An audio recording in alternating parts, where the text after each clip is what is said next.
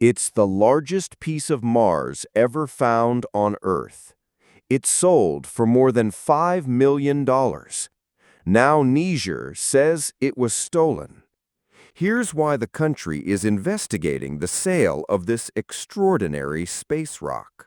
Officially named Northwest Africa 16,788, the meteorite weighs about 54 pounds, roughly the size of a basketball. Scientists think an asteroid impact blasted it off the Martian surface, sending it on a 140 million-mile journey before it landed in Niger's Sahara Desert. Its rusty red interior and glassy black crust, forged during its fiery plunge through our atmosphere, make it unmistakably Martian. For researchers, it's a priceless sample of the red planet's geology. A meteorite hunter discovered the rock in November 2023 near Agadez, a vast and sparsely populated region of northern Niger. From there, its trail gets murky. It was sold to an international dealer, shipped to scientists in Italy for study, and even displayed briefly in Rome. On July 16, 2025, it appeared at a Sotheby's auction in New York, where an anonymous buyer paid $5.3 million. That's when the controversy erupted. Niger's government calls the meteorite a national treasure and insists it never approved its export.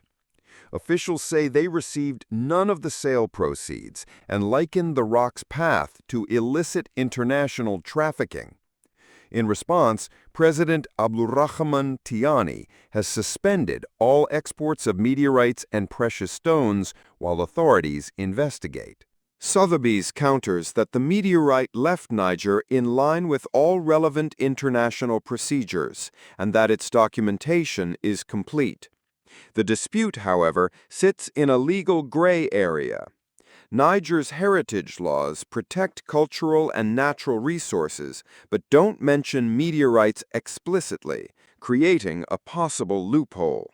Internationally, experts point to the 1970 UNESCO Convention, which both Niger and the United States have signed. The treaty aims to prevent the illicit trade of cultural property, and some argue a rare meteorite qualifies. For Niger to reclaim the rock, it would need to prove it legally owned the specimen and that it was stolen. An improper export alone may not make its presence in the United States illegal, especially if it was declared at customs.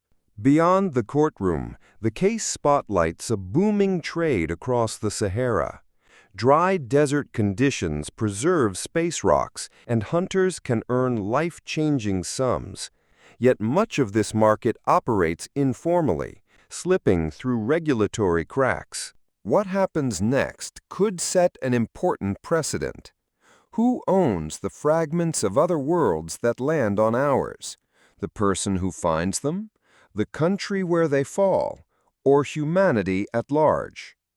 For now, the biggest Mars rock on Earth sits in legal limbo. Its earthly journey every bit as dramatic as its voyage through space.